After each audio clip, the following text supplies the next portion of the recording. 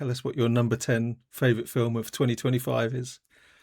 Well, number 10, it's Jan Swankmajer, so it's Conspirators of Pleasure, and this is about people's little sexual kinks.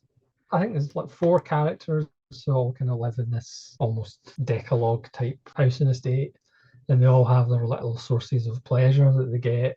And it's really Swankmajer poking fun at fetish and the little things that give people small amounts of pleasure in their otherwise miserable existences. This one is more bodily functions than he usually does. This is Swankmajer doing his usual thing of, he's a provocateur, really, first and foremost. And this one has Swankmajer actually introducing it at the start. And it's got that usual Swankmajer sense of humour. If you like Swankmajer, you'll love it.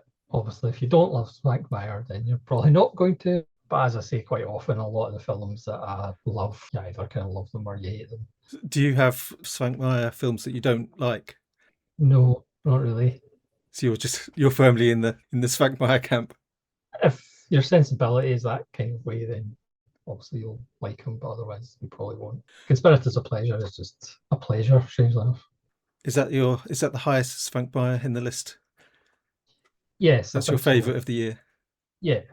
Surviving Life and Lunacy are in Little Otic.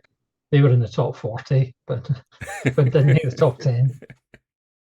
So my 10th favourite is The Touchables, directed by Robert Freeman from 1968, who photographed the Beatles a lot. It's very much part of that swinging 60s London scene. I don't think he enjoyed making the film at all, but you can see in it that he's got that nice photographer's eye. So this was a film that Donald Cammell wrote the script for originally. This is kind of the precursor to Performance, and you can see a lot of the same kind of threads through it. Donald stepped away, and Ian Le Frenay, the famous British writer, took over.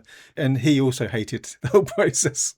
But what it is, it's a story of these four 60s girls. They kidnap a famous rock star and they take him off to their secret lair, which is a giant geodesic dome, and have their way with him. It's just sort of silliness, but it's such a lovely kind of document of that time and those kind of people that were involved. It's really, really special. I don't know if have you ever seen it or seen the trailer for it or anything? No. Several people have described it saying the trailer is better than the film.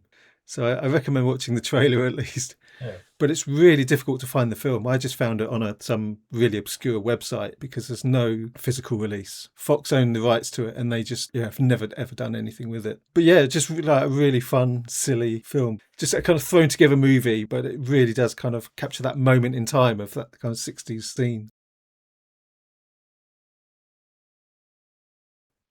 Number 9 is that terrible phrase, world cinema classic. It's Andre Wajda's Ashes and Diamonds. Okay, yeah. Which it's not perfect, but it's pretty close. But it is a little bit weird. Kind of the tone does kind of shift a little bit, and it's almost kind of three films into one. Yeah. The lead characters kind of seems to be from 20 years later, almost. Yeah. With sunglasses that he kind of never takes off. Fascinating and also kind of out of place at the same time. So it kind of starts with this assassination and kind of ambush and kind of shootout. And it has like moments of like almost surrealism. There's a bit kind of later in the film, a white horse that just kind of turns up. Sort of random events happen in the film, but I guess random events kind of happen during war and life in general. I think I was kind of expecting kind of more, not necessarily grittier film, but it's just shot beautifully. Kind of final scenes when he's running through the fields of washing on a line. Yeah, it's just a wonderful film. You kind of get around to watching these world cinema classics, and they don't really live up to the hype, but I would say Ashes and Diamonds does. My number 9 is I Start Counting. So I Start Counting is one I discovered this year. I'd never heard of it before. And again, a nice British film that you just think should be really well known. It's really a nice little contained story. And it stars Jenny Agutter, who's, one of the great British stars, essentially. She's such a good actress. She's so good in that role, even though she's really young in this. And that whole kind of story of, her relationship with her brother and the kind of suspicion around him. And you kind of think, well, if he turns out to be, this potential killer in Bracknell, then it'll all be a bit disappointing. The clues that she's picking up are real things that are happening, but he's got his own motivations and he's got his own story. And I thought that was really good. All the characters in it seem really real and seem to be doing things for their own justifiable reasons. So, yeah, just a really lovely little film that I'm just incredibly surprised that isn't well known when someone like the BFI could have put it out years ago and could have really celebrated it. Maybe it's because it's almost a couple of things at once. It's kind of coming of age plus a mystery plus family stuff, and it has a kind of oddness to it as well. Again, it just comes together wonderfully. I wonder if in making it, they kind of felt that core story wasn't enough, so the killer aspect had to be tacked on. That's almost like a secondary story, and it probably didn't need that. Yeah, because actually the kind of characters and dynamics within the family are fascinating enough, but it just adds that extra layer of strangeness to it or cult appeal. But as you say, it's not as well known as it really should be.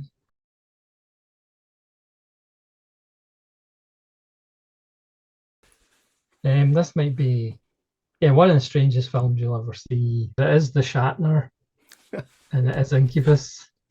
It's just one of those wonderful surprises. Directed by Leslie Stevens, who created Outer Limits. It's just one of the most unusual films. It's only like an hour and a quarter.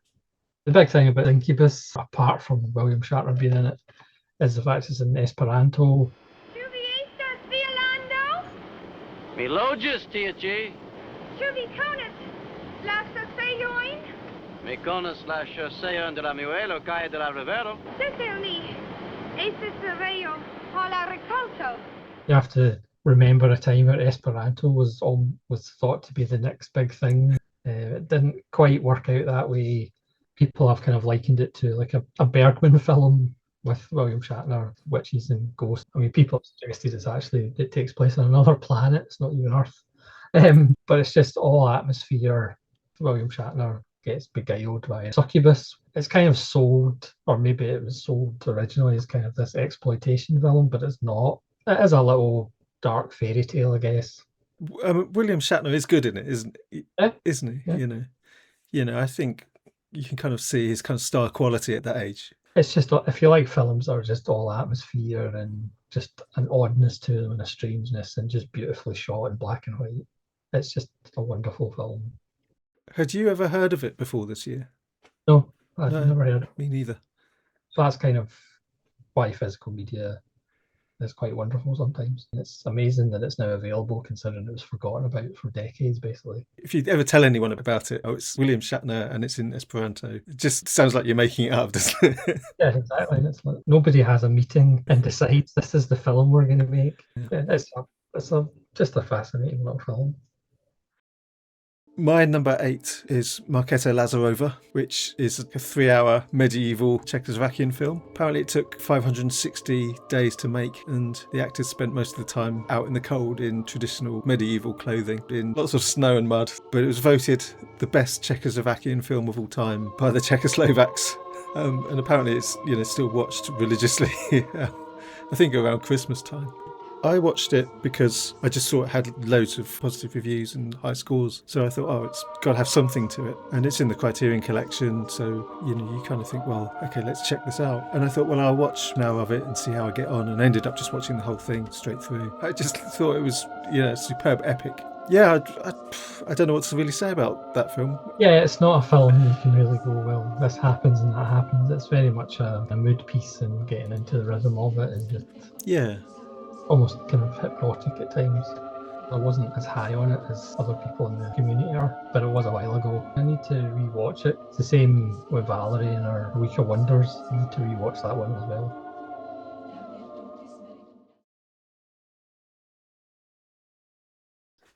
This is actually a modern film, outrageous, but it's actually Holy Spider, which really blew me away. But it's basically a serial killer film in Iran, and it follows a female reporter who is following these killings, and of course the relationship with women and the state's view of women, because she's a single woman, even getting a hotel room causes issues. So it works as a kind of procedural very well, but obviously it works as a critique of that society's view of women. We find out kind of who the killer is fairly early on.